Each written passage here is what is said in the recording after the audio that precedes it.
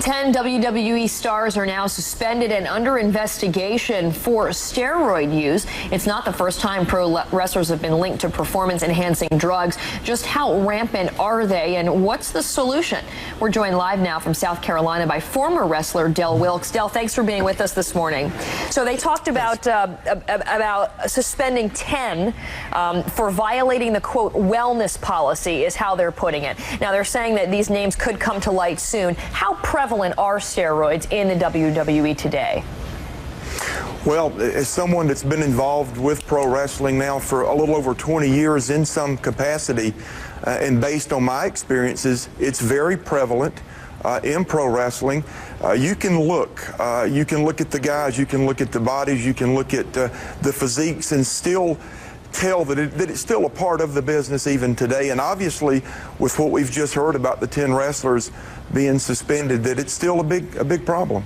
All right, well, there's like, what, about 150 or more wrestlers within the WWE. Do you think it's a small problem that's just contained to about 10 or 20? Or do you think that in some way, shape, or form, everyone's doing this? Well, I think it's a widespread problem. I don't know that everyone's doing it. There's obviously some guys, again, you can tell by looking, that aren't on steroids.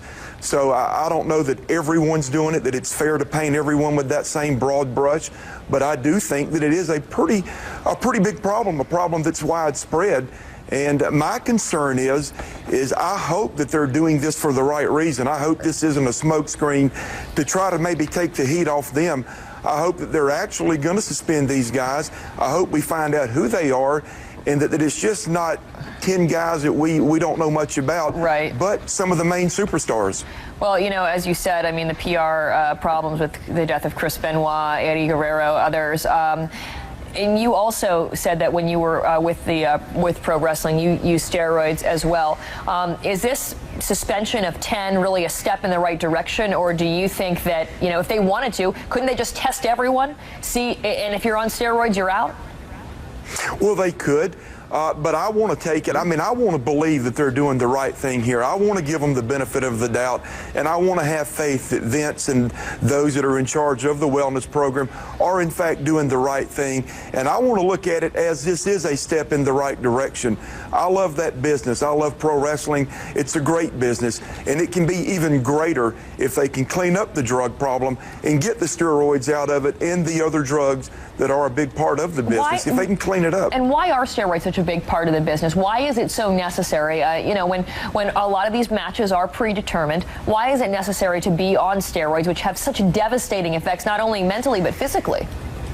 Well, you're dealing with guys that to a lot of people, they're larger-than-life characters. They're cartoon characters. They're hero-type characters. And when you're in a business where you make a living night after night in front of millions of people on TV, thousands in attendance at these buildings, and you make a living without a shirt, certainly your physique plays a big part in your character, in your position in the company. It affects your income. So physique and that big, lean, cut, athletic look is very important. So that's why a lot of the guys have fallen into, you know, using the steroids to get that big muscled up look. Right. So it'll be interesting to see if this is just the tip of the iceberg, if they can clean it up and eventually have a, you know, successful WWE without any steroids. Del Wilkes, thanks for being with us. Thank you.